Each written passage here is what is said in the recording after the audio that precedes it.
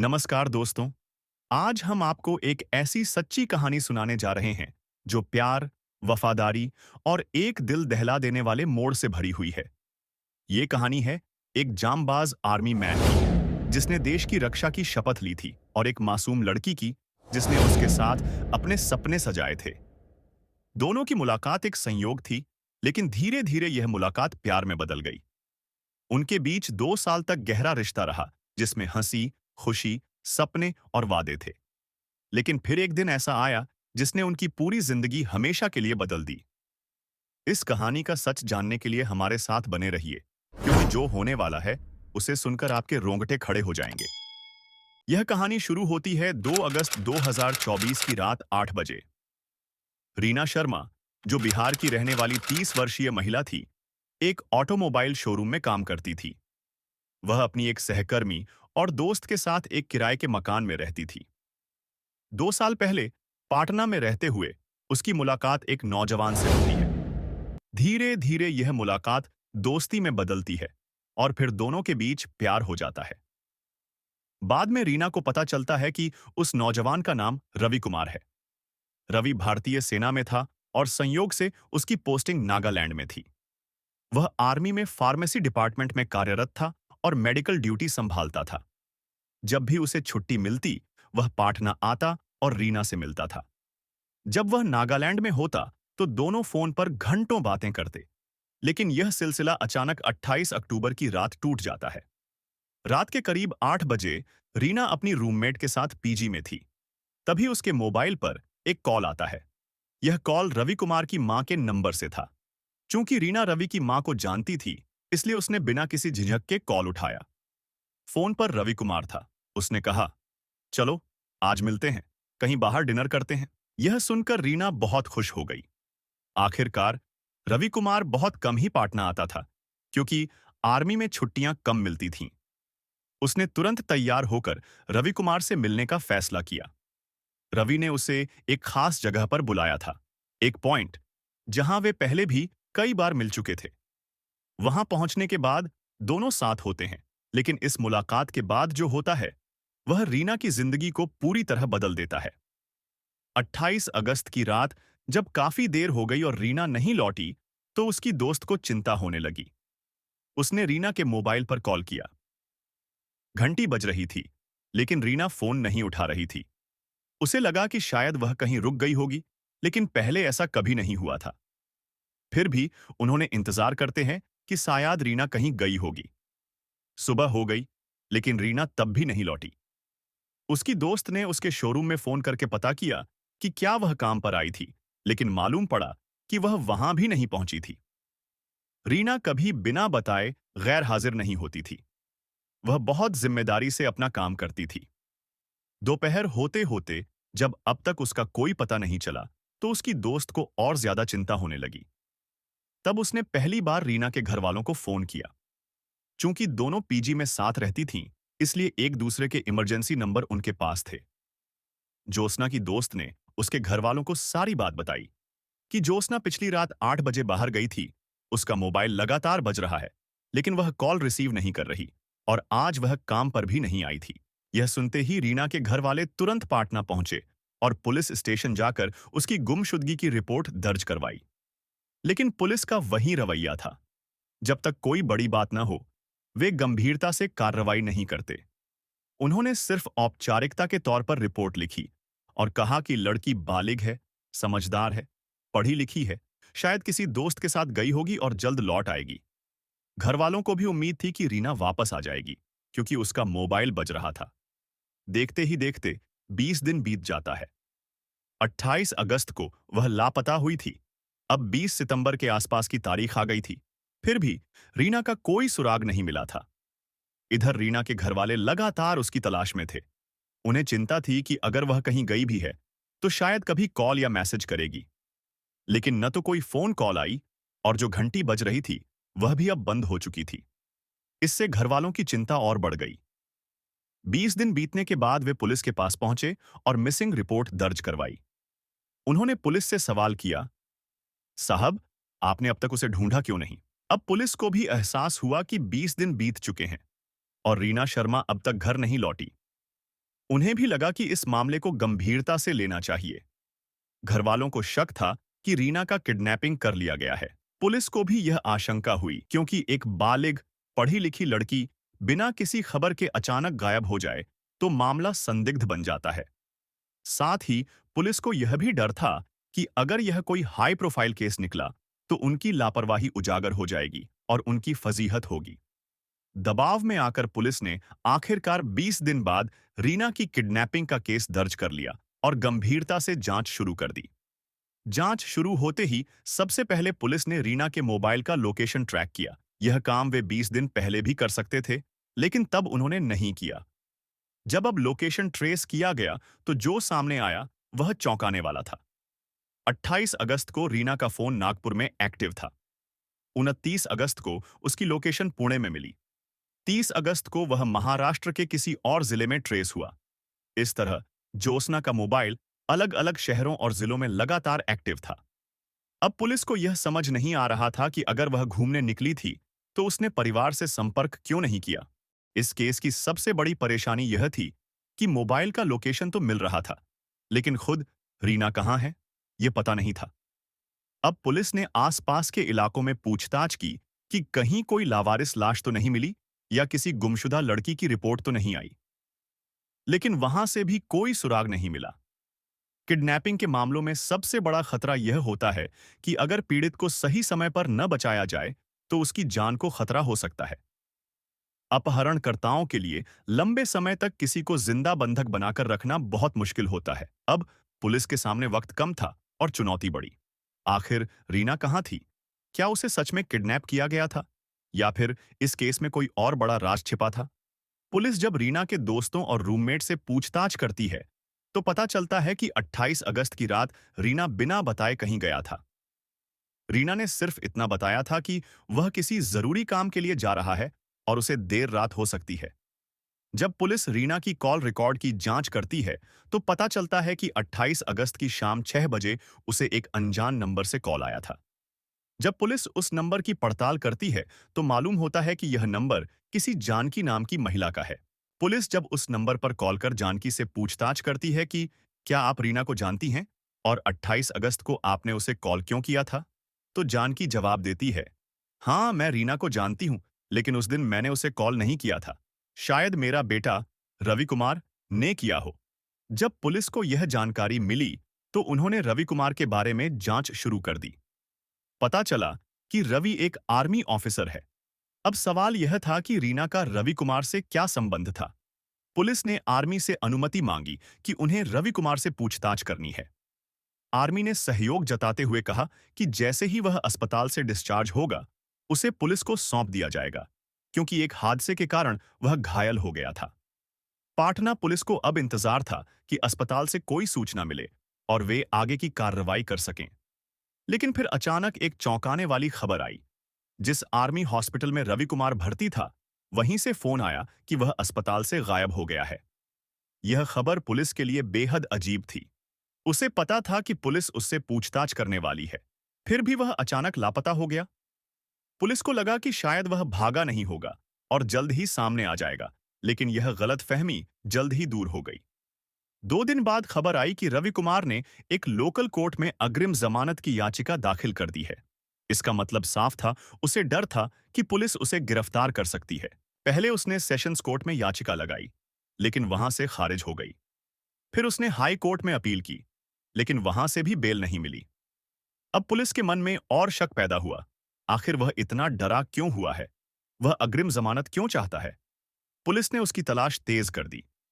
यह मामला 28 अगस्त का था, लेकिन किडनैपिंग की रिपोर्ट 20 दिन बाद लिखी गई। पुलिस की जांच भी देर से शुरू हुई। पूरा सितंबर बीत गया और फिर अक्टूबर आ गया। इस बीच रवि कुमार आर्मी बेस से गायब हो गया और लगातार कोर्ट के चक्कर लगा रहा था, लेकिन उसकी बेल हर बार खारिज हो रही थी। 20 अक्टूबर को अचानक रवि कुमार खुद पटना पुलिस के सामने हाजिर हुआ और सरेंडर कर दिया। उसने कहा, साहब, आप लोग मुझे ढूंढ रहे थे, मुझे लगा कि आप गिरफ्तार कर लेंगे और पता नहीं क्या क्या इल्जाम लगा देंगे। कई लोगों ने कहा कि पुलिस मुझे किसी भी केस में फंसा सकती है, इसलिए मैंने अपनी सुरक्षा के लिए अग्रिम जमानत की अर्जी दी थी। पुलिस को यह बात गले नहीं उतरी। फिर पुलिस ने उससे पूछा, अच्छा, ये बताओ, रीना के साथ तुम्हारे रिश्ते क्या हैं? उसने रीना के साथ अपने रिश्ते के बारे में बताया। उसने कहा, हम दोनों की दोस्ती 2 साल पहले हुई थी। इस दौरान पुलिस ने रवि कुमार की पूरी कुंडली निकाल ली थी। जांच में पता चला कि वह पहले से ही 3 शादियां कर चुका था और तीनों बीवियों को छोड़ चुका था। उधर रीना की भी एक शादी हुई थी, लेकिन बाद में उसका तलाक हो गया था। अब यह दोनों पिछले 2 सालों से साथ थे, मिलते थे, घूमते थे। धीरे धीरे रीना भी उससे शादी करना चाहती थी। उसने यही सारी बातें पुलिस को बताईं। फिर पुलिस ने पूछा, इस वक्त रीना कहाँ है? उसने जवाब दिया, मुझे मालूम नहीं है कि रीना कहाँ पर है। पुलिस ने कहा, 28 अगस्त को तुम्हारी मां के नंबर से एक फोन आया था। उसने स्वीकार किया, हाँ, मैंने ही कॉल किया था। हमने मिलने के लिए बुलाया था। पुलिस ने पूछा, फिर कहाँ गए? उसने कहा, हम पाटना के एक होटल में मिले थे। वहां रात रुके, फिर देर रात होटल से चेकआउट कर लिया। मैंने ज्योत्सना से कहा कि तुम अपने घर जाओ, मैं अपने घर जा रहा हूं। उसके बाद मुझे कुछ नहीं पता। अब पुलिस हैरान थी। आदमी दो दो एंटीसिपेटरी बेल पहले ही कोर्ट में अप्लाई करता है, खारिज हो जाती है, फिर खुद ही पुलिस के पास आकर रिश्ते कबूल कर रहा है। लेकिन रीना कहाँ है? यह नहीं बता रहा। और जब उससे पूछा गया तो उसने साफ कहा, मुझे सच में नहीं पता। अब मामला यह भी था कि वह एक आर्मी मैन था, सेना का बंदा था, कोई आम आदमी नहीं। ऐसे में उसे उठाकर सीधे अंदर नहीं किया जा सकता था। पुलिस को केस मजबूत करना था, सबूत पूरे जुटाने थे, तभी उस पर हाथ डाल सकते थे। पूछताछ में वह आगे कुछ बताने को तैयार नहीं था। पुलिस ने अपनी इन्वेस्टिगेशन शुरू की और रवि कुमार के मोबाइल की 28 अगस्त से आगे की लोकेशन निकालनी शुरू की। जब 28 अगस्त की रात की लोकेशन देखी गई, तो उसने सच कहा था। वह पटना के एक होटल में रुका था। उसके मोबाइल की लोकेशन होटल के आसपास के टावर से मैच कर गई।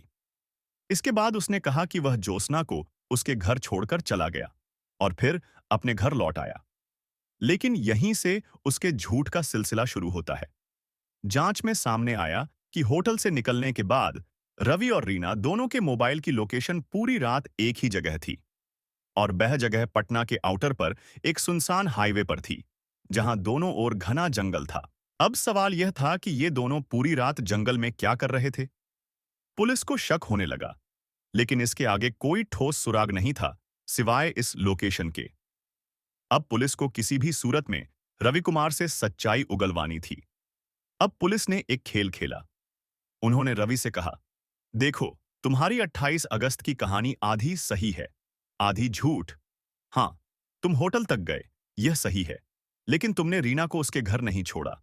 रीना घर पहुंची ही नहीं, बल्कि तुम दोनों एक साथ थे और तुम्हारी आखिरी ट्रेस की गई लोकेशन उस जंगल वाले हाईवे पर थी। उसके बाद रीना के मोबाइल का लोकेशन अलग-अलग शहरों में ट्रेस हुआ, नेक्स्ट डे से और अगले 2-3 दिनों तक। इस पर रवि कुमार चौंक गया। उसने कहा, नहीं, मैं तो इन शहरों में गया ही नहीं। आप चाहें तो मेरा मोबाइल देख सकते हैं।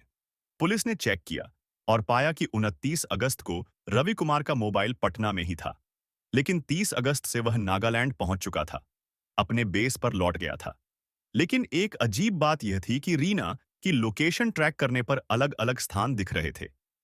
रीना की लोकेशन पुणे, महाराष्ट्र में दिख रही थी, तो कहीं किसी अन्य जिले में। यहां तक कि एमपी के बॉर्डर के आसपास भी कुछ संकेत मिल रहे थे। लेकिन सबसे चौंकाने वाली बात यह थी कि इसका मुख्य लोकेशन नागालैंड में दिख रहा था, जहां इसकी पोस्टिंग थी। और यह एक अहम सबूत रवि कुमार के खिलाफ था। पुलिस के लिए यह एक गुत्थी बन गई। यह समझ नहीं आ रहा था कि असल में यह व्यक्ति कहाँ है और उसकी भूमिका क्या हो सकती है।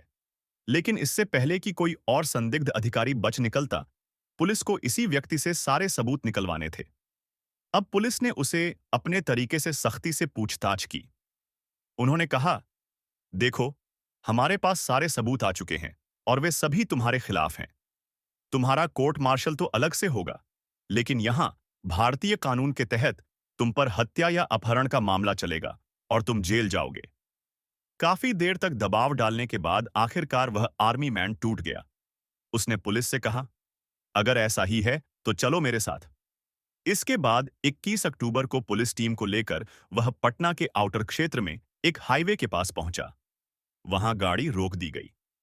फिर वह टीम के साथ पैदल जंगल के अंदर बढ़ने लगा। कुछ दूर चलने के बाद वह एक जगह रुक गया। उसने चारों तरफ नजर घुमाई और फिर एक सीमेंटेड सतह की ओर इशारा किया। वह बोला, सीमेंट के नीचे रीना है।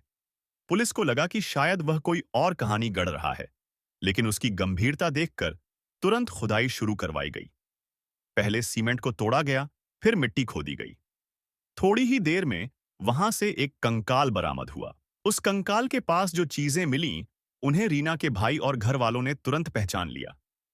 यह कंकाल रीना का ही था, यानी रीना जिंदा नहीं थी, बल्कि उसकी हत्या हो चुकी थी।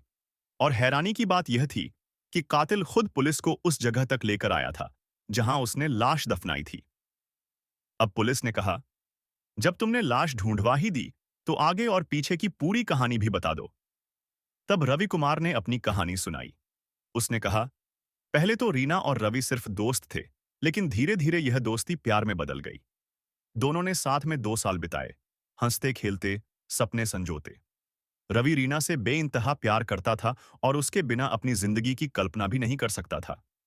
रीना भी रवि के साथ खुश थी, या कम से कम रवि को ऐसा ही लगता था। समय के साथ रवि को रीना के व्यवहार में बदलाव दिखने लगा।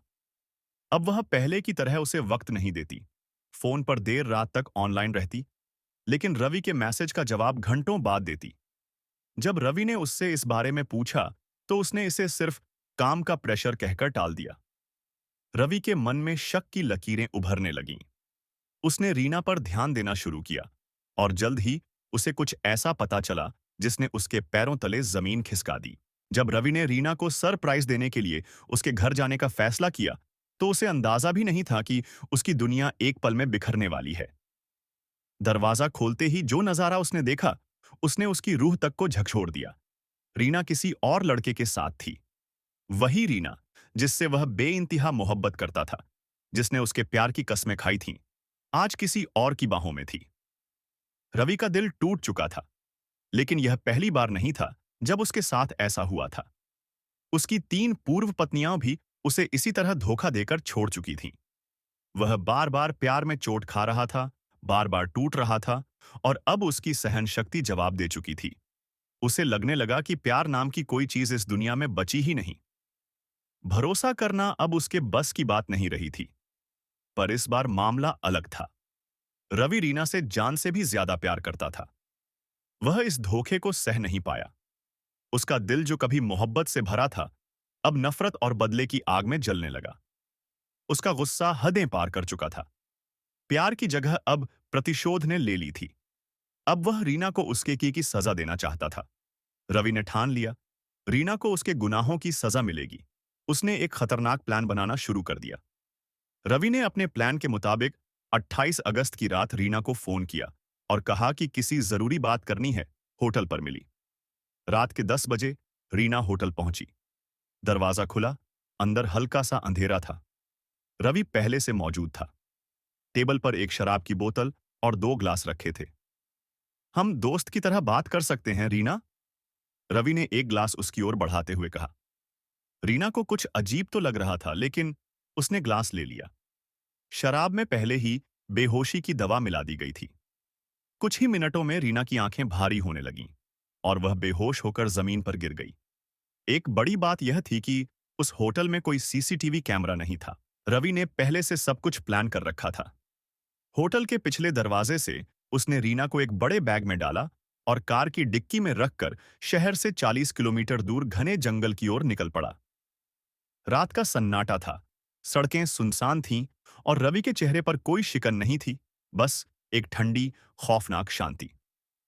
जंगल के बीचों बीच पहुंचकर उसने कार रोकी। चारों तरफ सिर्फ पेड़ों की सरसराहट थी। उसने पहले से खुदी हुई कब्र जैसी गड्ढी देखी। फिर उसने बैग खोला। रीना अब भी बेहोश थी, लेकिन रवि उसे जिंदा नहीं छोड़ सकता था। उसने एक रस्सी निकाली, रीना का गला कसकर जकड़ लिया। उसकी आंखें फटी रह गईं, हाथ पैर छटपटाने लगे, लेकिन कुछ मिनटों में सब खत्म हो गया। अब उसकी मोहब्बत दफन होने को थी। रवि ने रीना के निर्जीव शरीर को गड्ढे में डाल दिया और ऊपर से मिट्टी डालने लगा। हर फावड़ा मारते ही उसकी यादों का एक टुकड़ा भी उसके साथ दफन होता चला गया। काम खत्म होते ही रवि ने हाथ झाड़े, चारों तरफ देखा। कोई गवाह नहीं था। फिर उसने कार स्टार्ट की और शहर की ओर लौट पड़ा। सब कुछ निपटाने के बाद वह वहां से निकलता है और अगली सुबह नागालैंड के लिए रवाना हो जाता है। नागालैंड पहुंचते ही वह सीधे एक अस्पताल में भर्ती हो जाता है। वहां वह डॉक्टरों से कहता है कि उसकी तबीयत बहुत खराब है और 2 दिनों से उसकी शुगर बहुत ज्यादा बढ़ी हुई है। असल में यह सब उसने डर और दहशत के कारण किया था, लेकिन इसका मकसद यह भी था कि जब लाश बरामद हो और मामला खुलकर सामने आए, तब वह यह साबित कर सके कि वह उस वक्त नागालैंड में था और बीमार होने की वजह से अस्पताल में भर्ती था। इससे सारे सबूत उसके पक्ष में जा सकते थे। यह पूरी योजना उसने दृश्यम फिल्म से प्रेरित होकर बनाई थी। जब सब कुछ हो गया, तो उसने रीना का मोबाइल अपने पास रखा और वापस लौटा। एक टोल नाके पर पहुंचकर उसने गाड़ी रोकी और थोड़ी देर इंतजार किया। उसने ध्यान दिया कि वहां कुछ ट्रक खड़े थे जो लंबी दूरी के सफर पर जाते हैं। फिर उसने एक नेशनल परमिट वाले ट्रक को देखा जो टोल पर रुका हुआ था। वह चुपचाप ट्रक के पीछे गया। रात का अंधेरा था। उसने ज्योत्सना का मोबाइल साइलेंट मोड पर डाला और उस ट्रक के अंदर फेंक दिया। जहां जहां ट्रक, वहां वहां मोबाइल का लोकेशन। कातिल ने पुलिस को पूरी तरह से उलझाने के लिए यही चाल चली। ज्योत्सना का मोबाइल लगातार लोकेशन बदलता रहा, कभी यहां, कभी वहां, कभी कहीं और असल में कातिल कहीं और नहीं बल्कि नागालैंड के एक अस्पताल के बिस्तर पर था। दोस्तों, आप इस केस के बारे में क्या सोचते हैं? क्या रवि को कड़ी सजा मिलनी चाहिए या आपको लगता है कि उसकी भावनाओं को समझना चाहिए? अपनी राय हमें कमेंट में बताइए। और अगर आपको ऐसे ही सच्चे अपराध की कहानियां पसंद हैं, तो हमारे चैनल मिस्टर बिग बॉक को सब्सक्राइब करें। अगली बार फिर मिलेंगे एक और रोंगटे खड़े कर देने वाली सच्ची कहानी के साथ। तब तक के लिए सतर्क रहें।